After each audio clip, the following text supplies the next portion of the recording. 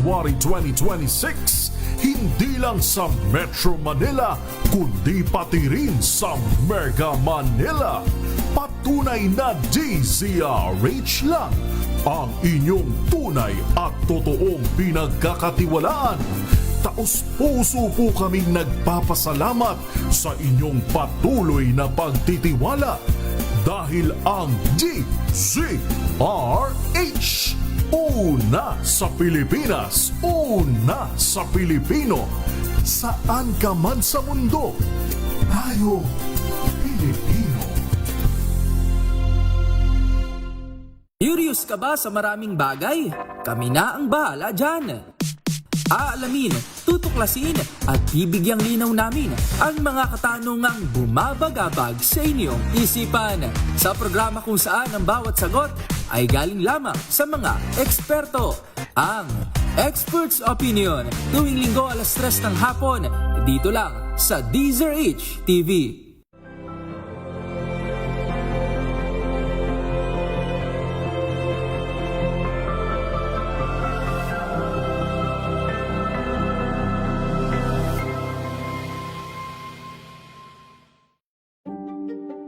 Buklatin ang mga pahina.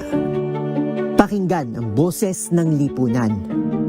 Tunghayan ang mga issue mula sa ibang katayuan. Nakakalungkot kasi deserve ba namin ng ganito?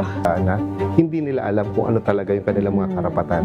Yung gobyerno, tinulungan nila yung kanilang magsasaka. Pinapatahimik tayong lahat using various laws. Through education, kayang-kaya nating baguhin yung ganitong klaseng pag-iisip. Isang kwento, iba't ibang anggulo. Dito, sa Point of View.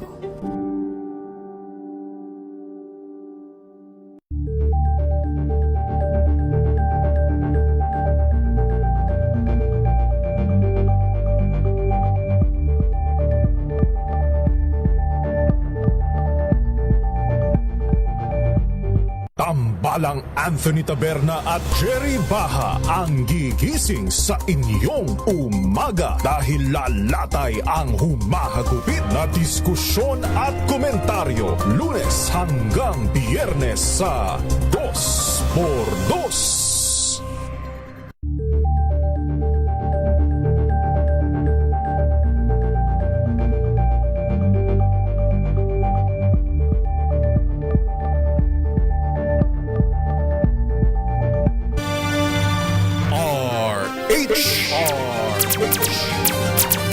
Sa pagtulong, sa paglilingkod, sa pag-alalay, kasama si May Binauhan sa DZRH Public Service Hour.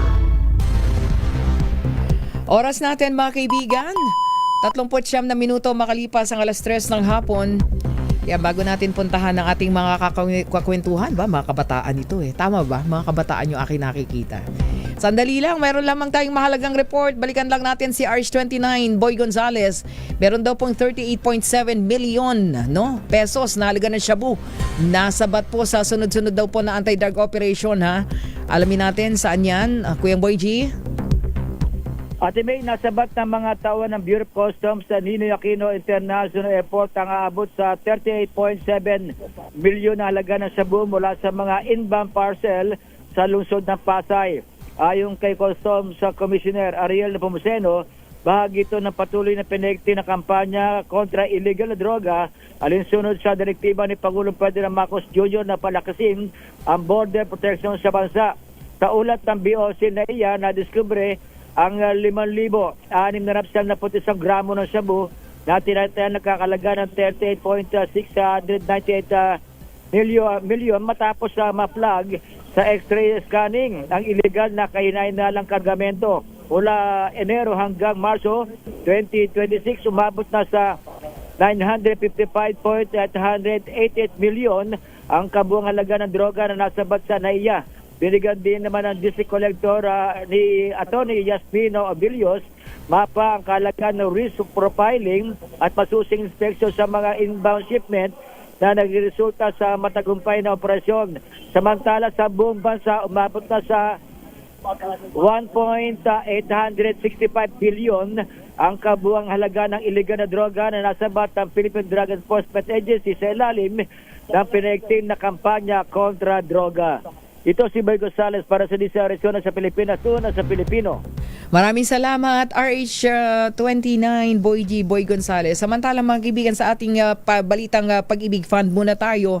Sa harap po ng umiiral na sigalot sa gitnang silangan, mananatili sa 3% o 3% yung ipinapataw po na annual interest rate ng Pag-ibig Fund para sa mga qualified socialized housing loans ito sa ilalim ng expanded pambansang pabahay para sa Pilipino program ng pamahalaan. Layunin ng hakbang na manatiling affordable para sa mga mamamayang Pilipino ang makapagmay-ari ng sariling bahay sa kabila ng sumiklab na krisis sa Middle East.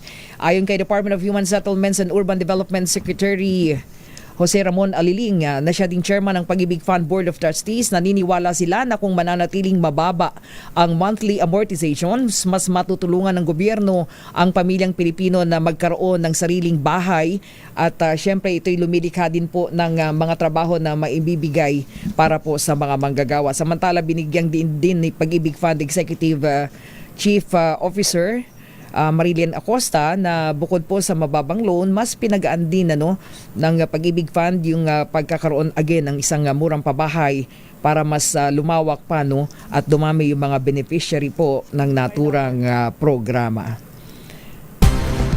Mga kaibigan, sa bahaging ito ng ating programa, meron pong NGO na itinatag po dyan sa Pasig City. Nakakatuwa, nakikita ko mga kabataan ito Dahil nga po sa crisis naman this time na pinagdadaanan lalong-lalo na po ng ating sektor transportasyon. Sila po ay binuhay nila yung community pantry diyan po sa may pinagbuhatan Pasig City. Alamin natin dahil sila din mismo ay meron pong mga panawagan para sa ating gobyerno. Ayan, ipakilala natin ang Executive Director po, ang pangalan ng kanilang organisasyon, Pasig Laban, Walang iba kundi si Mark Alcazar. Mark, magandang hapon. Good afternoon. Hello po ma'am, magandang hapon po and sa ating mga listeners po. Magandang hapon po sa ating lahat. Ayan, welcome sa Public Service Hour, Mark. Nakakatuwa naman, mga kabataan kayo. Ilang taon ka na, Mark? If you don't mind. I am 25 years old pero bukas 26 na ako. Wow! Happy birthday! Ayan si Mark. Salamat po. Tapos ipakilala din nila natin ang Director ng Media and Public Affairs ng Pasig Laban. Isama na natin another youth, Carl Arnold Bondo. Carl, magandang hapon.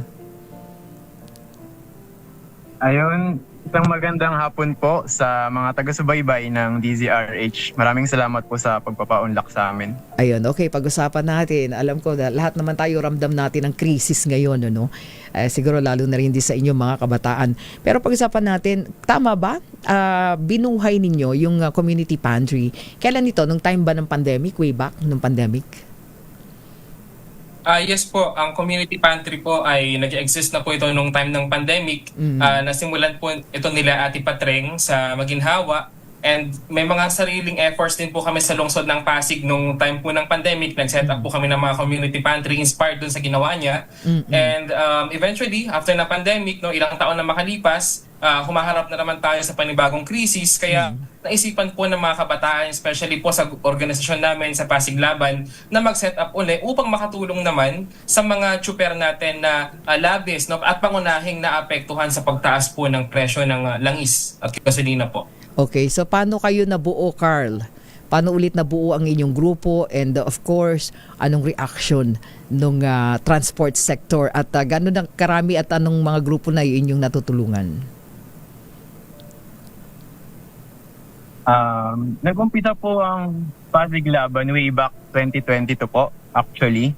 Ayan po, sina Kuya Mark po, ang isa sa founding members ng grupo namin.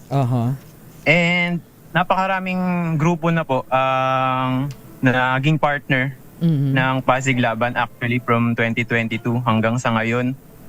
Iba't ibang issue po ng bansa, hindi lang sa national, kundi sa lokal yung aming tinatakel through our projects po, ma'am. Oo, so ngayon, anong reaction? Puntahan na natin yung community pantry ninyo. Ito nakikita ko eh.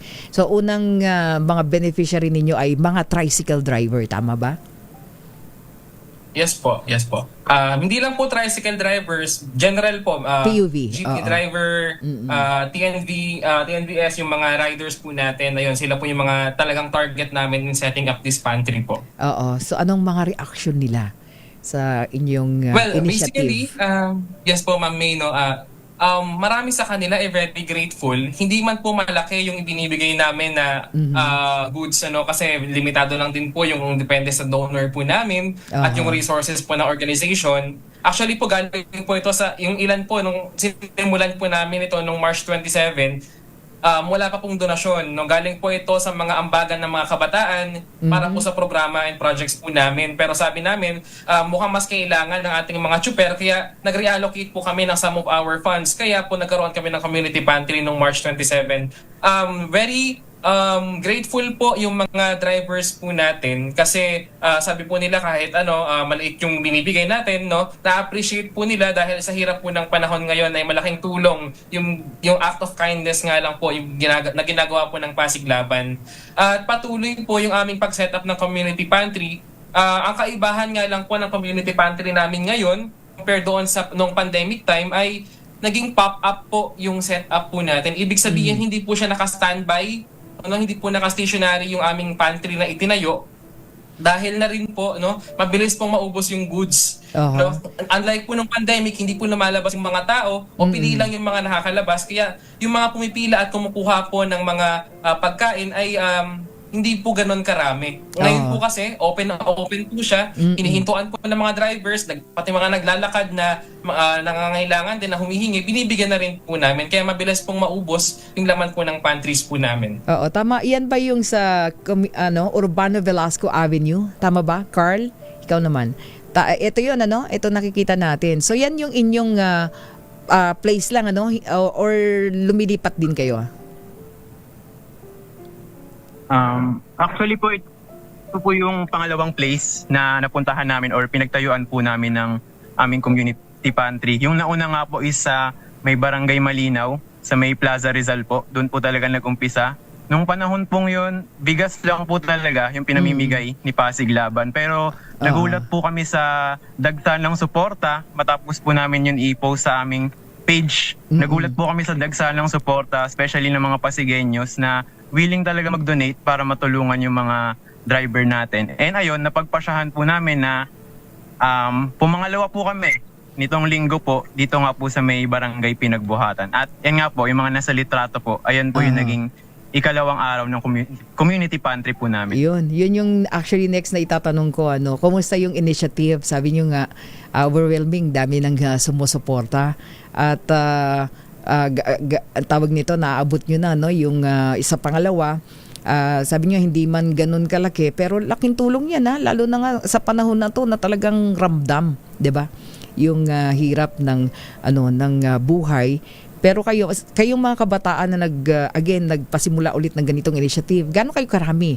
At yung encouragement na nagagawa niyan para sa iba, mayroon bang mga nagjo-join? And of course, yung mga donors, ngayon, tuloy-tuloy ba dun sa mga na-inspire ninyo?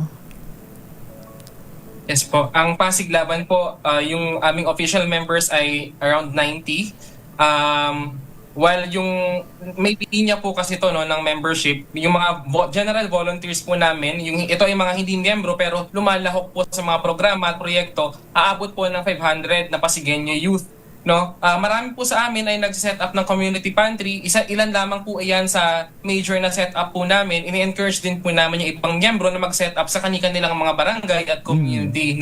Pagdating naman po sa suporta, actually dagsa nga po, na marami po nagme-message sa aming Facebook page kung paano makakatulong, saan magpapadala ng mga gamit, ng mga pagkain, at actually medyo iniiwasan po namin yung monetary donation, pero yung iba pinipilit po nila dahil sabi po nila ay para may pang almusal or pang merienda yung aming mga volunteers. Yes. Nagpapadala po sila minsan kahit maliliit po na amounts. Pero most likely ang tinatanggap po talaga namin ay mga goods po. No? Marami po nag-PM paano tumutulong, paano tutulong, at paano po ipapadala yung mga kanila pong mga donasyon po. Sige nga, paano dun sa mga ngayon ay magtatanong at nais ding maging bahagi ng inyong community pantry, lalo na sa asahan natin itong mga susunod pang araw, paano ang kanilang proseso, paano sila makakatulong? Okay po, sa end po ng Pasiglaban, hindi po kasi namin pinapublic yung donation address kasi po iba-iba po, no, bahay po ng mga officers namin, ng volunteers po namin yung pinapagdalhan. Depende po kung halimbawa yung capacity medyo madami na, sa ibang officer naman po, tapos pagsasama-samahin po namin to sa isang pantry, tapos i-set up po natin, no. Dalawa lang po yung gusto namin i-share sa Pasiglaban, no. Number one, pwede po kayo mag-donate ng mga goods, no, hindi po kailangan sobrang dami, kahit isang balot lang po yun ng tinapay ay tinatanggap po namin. Kung kayo naman po ay medyo maraming blessing na maaaring pamahagi, no, kahit hindi nyo na po dalhin sa Pasiglaban na organization, ini-encourage po namin na yung ibang mga private individual, no, maglabag lang po sila ng mesa sa labas ng kanilang kalsada, no, sa labas ng kanilang bahay, sa kalsada o kaya sa malapit po sa highway, no, maglapag lang po sila doon, tas hayaan na po nila yung mga driver na dumaan at kumuha kung gusto po nilang mag-set up ng kanilang mga pantries po. So pagkahaliwa nagmi-meeting kayo, no, anong mga challenges na hinaharap ninyo at paano niyo pinag-uusapan? Mark or Carl, go ahead.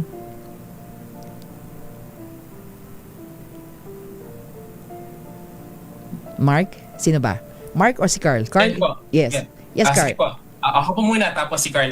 Sige, Mark. Basically po, no, may chat group po kami, pinag-uusapan namin doon kung anong mga schedule na libre, kung kailan available yung mga volunteers po namin. Well, all the time naman po dahil ngayon pong panahon, Holy Week, tapos mas marami pong free time yung mga kabataan natin, lalo na po ay walang pasok, no? Mas naengganyo po sila na mag-participate. Doon naman po siguro sa mga challenges, baka pwede makapag-share si Carl. Yes, go ahead, Carl. Sa mga challenges naman po na kinahaharap namin so far, syempre, yung limited resources po, ayan, wala naman po kaming malaking budget para pondohan yung mga yung mga proyekto namin or mga programa namin. Kaya most of the time po ay humahanap po kami ng mga may mabubuting loob or na partners para matulungan kami sa aming mga advokasya po. Atin po syempre yung availability nga po ng mga members namin. Karamihan nga po kasi sa amin ay mga estudyante pa or yung mga nagtatrabaho pa, kaya sa manpower din po nagkakaroon din po kami ng ng problema minsan. So hanggang kailan nyo nakikita na gagawin ninyo ito at baka meron kayong panawagan sa gobyerno? Go ahead. Mark, ikaw muna. Yes po, no. Hindi po namin nakikita yung community pantry na sobrang tagal namin siyang gagawin. Tutulong po yung Pasiglaban sa pag-set up ng community pantry hanggat merong gustong tumulong, hanggat may gustong mag-donate po sa amin. By the way, nagpapasalamat po kami sa mga magulang ng mga volunteers namin na very supportive po sa kanilang mga anak, no. Hinahayaan po nila na mag-engage sa mga ganitong gawain po yung mga kabataan natin, no. Hindi po namin nakikita na matagal po namin itong gagawin. Pansamantala lamang po ito. Kaya po habang nagsiset up po kami ng pantry, nakalagay po doon, may mga placards po kami, no, na sana magkaroon po tayo ng konkretong aksyon, especially our government, no. Matagal na po na pinapanawagan na buwagin yung excise tax, yung VAT, no, buwagin yung oil deregulation law para magkaroon ng kontrol yung pamahalaan natin sa presyo, no, mapababa at maibsan yung epekto ng pagtaas ng presyo ng langis, for example kasi yung excise tax parang 5 to 10 pesos po yan per liter. Yung 83 pesos na lalagyan ng excise pati VAT, that's 100 pesos na po. What more kapag tinanggal po natin yung mga taxes at inaregulate pa po ito ng ating pamahalaan. Ayun lang po, no. Pwede po kayong tumulong sa aming mga inisyatiba, na appreciate po namin yan. Pero again po, hindi po magtatagal ng sobrang tagal dahil gusto rin po natin na ang pamahalaan ay meron ding pananagutan sa kanilang mga aksyon at mga kailangan gawin para po sa ating mamamayang Pilipino po. Ayan, okay, Carl. Yes, Carl? Siyempre, maraming salamat sa inyong sa inyong initiative na yan bilang mga kabataan. Go ahead, Carl. Tulad nga po ng sinabi ni Kuya Mark, as much as possible, gusto po namin itong maging panandali ang solusyon lamang. Tinuturing nga namin itong Band-Aid solution dahil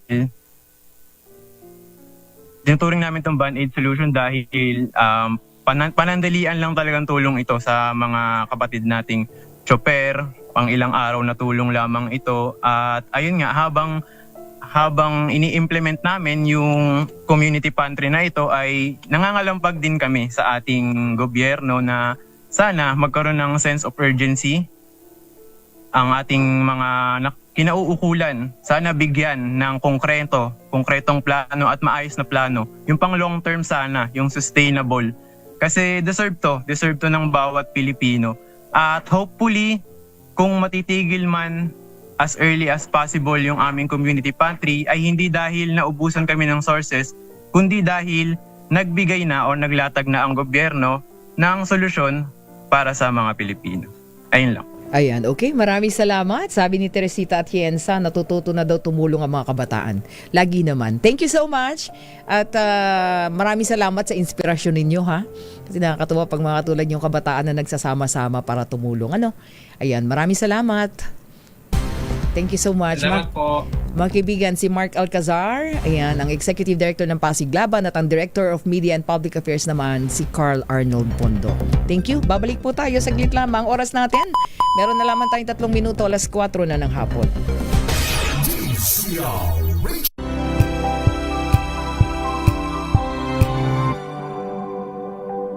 Wow, ang saya.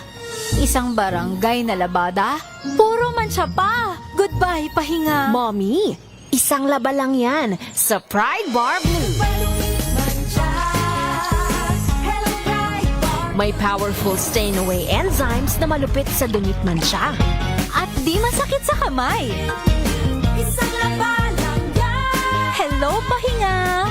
Hello, Pride Bar Blue. ACS.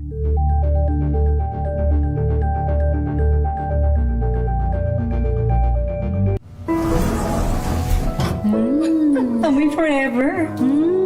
Amoy LQ. Amoy New Cala Berry Blues. Amoy Cala, amoy good vibes.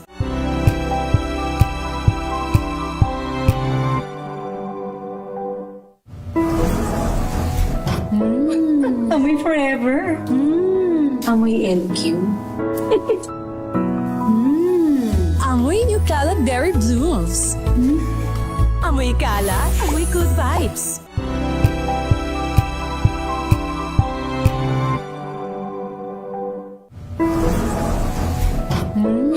Amoy forever. Amoy LQ. Amoy New Cala Berry Blues. Amoy Cala, amoy good vibes.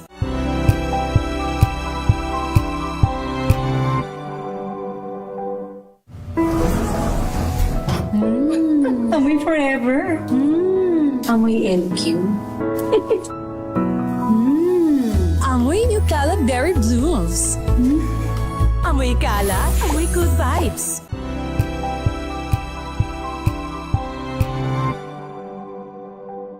Ito ay bunsod ng naitalang 17 individual na ang kanilang naaresto. Metro Manila Development Authority o MMDA ang No Contact Apprehension Policy o NCAP sa Metro Manila. Sa ang ilang mga dokumento ay peke. Hindi rin legal ang employment na ipinangako sa kanila. Sa mata ng batas, mananagot ang sangkot at may sala. Dahil sa bawat paglabag, may karampatang parusa. Alamin ang mga pananagutan sa likod ng mga bawal. Dito sa Hoy! Bawal Yan! Tuwing Sabado, 11:30 ng umaga. Dito lang sa DZRH TV.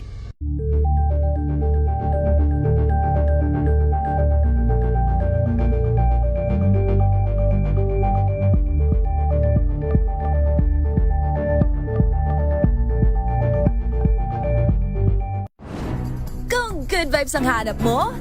Dito ka na sa sigurado! Mula sa mga istoryang nagbibigay ng inspirasyon hanggang sa mga kwentong may dalang solusyon. Mga balitang pampagaan ang pakiramdam at pampaganda ng araw. Hindi lang ba sa good news, kundi the better news. Mula Lunes hanggang Biyernes, 1:00 ng tanghali sa DZRH TV.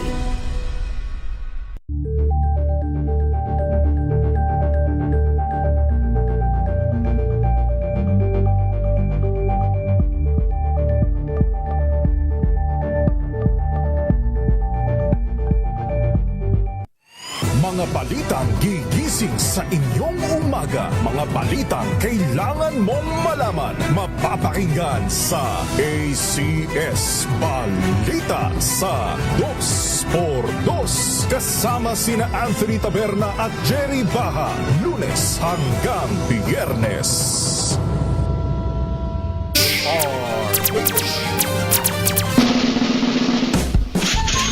Malakas na makinig maigi dahil mamimigay na muli kami ng MX3. Itodo ang pakikinig sa DZRH Radio, DZRH TV at DZRH Online dahil kapag malakasan kang nakikinig sa DZRH, malakas rin ang chance na manalo ng 1,000 pesos at MX3. Sa Malakas promo kasama ang MX3. Abangan ang aming Malakas team sa inyong mga lugar. Malakas promo kasama ang MX3. Dito ako believe. Puntahan natin ang Barangay Plainview, dyan po sa Mandaluyong City at nandyan ang ating Malakas promo kasama ang MX3 with RH27 Noche Kakas. Noche. Today, dito tayo sa may Kislap Street, Barangay Plainview sa lungsod ng Mandaluyong ngayong Martes Santo at isang lola ang nagtitinda ng mga ano dito, yung tulad niyan, yung french fries, ayan. Ano ba pangalan niyo, lola? Marilyn po. Marilyn Palomo. Palomo. At matagal ka nang nagtitinda rin? Opo, matagal na po, ma'am. At ilang taon, matagal ka na rin nakikinig ng DCRH? Matagal nakikinig ng DCRH? Opo, matagal na po. Tuwing umaga o hapon? Ano po? Tuwing umaga o hapon? Morning po hanggang gabi. Sino ang kilala mo doon? Sino nga anchor? Ha? Kilala ko na po. Sino kilala mong anchor sa DCRH? Si ano po, sa ano po? Sa daming bayan. Si ano po, si Lakay Dio Makalma. Oo. At saka si Ma'am Eileen Apit. Ayun, dahil yun yung time na nagigising ka sa umaga. 8 to 10 a.m. Oo, kabisado. Kabisado, Miss May. Oo. At dahil dyan. Hindi na tayo patumpik-tumpik pa. Meron ka na kagad na 1,000 pesos. Ayan, tanggapin niyo po yan. At syempre, meron ka pang MX3, pampalakas ng katawan. Ayan. At yung ating medium component, Miss May, atin sa inyo, Astron, alagang maasahan, ito naman ay mabibili sa inyong suking tindahan o appliance store nationwide. Ayan. Ano masasabi mo sa DCRH? Ano masasabi mo? Ang masasabi ko po, maraming salamat sa DCRH. Kahit paano po, nakakatulong po sa aming mga mahihirap. Yun, no? Katulad ko na, konti lang paninda ko. Bumili ka ng paninda ni Nanay, Noche. Alam mo, Miss Ray, inalok pa kami, binigyan pa kami ng french fries. Oo. Napakabait ni Nanay. Sa kabila ng kahirapan, kahit pa paano, marunong kayo magbigay. Yan, maraming salamat. So, para naman sa gustong manalo ng 1,000 pesos, manatiling nakatutok sa DCRH. Malay nyo naman kayo ng susunod maswerte manalo sa aming DCRH sa Malakas promo. Siyempre, kasama ang MX3. Dahil dito sa MX3, dito ako believe. Ako naman si Aris 27, nagsigakas DCRH. Una sa Pilipinas, una sa Pilipino. Maraming salamat, RH27 Noche Kaka sa ating Malakas promo kasama ang MX3 live dyan sa Barangay Plainview, Mandaluyong City. Susunod na po Mayor Lacaydeo Macalma at Miss Thea Petro Corpus sa programang DZRH Break Time. Maraming salamat kay Aiza Gabriel, kay Jeric at RHTV. Muli, ako po si May Binauhan para pa rin sa DZRH, una sa Pilipinas, una sa Pilipino. Ang oras ay hatid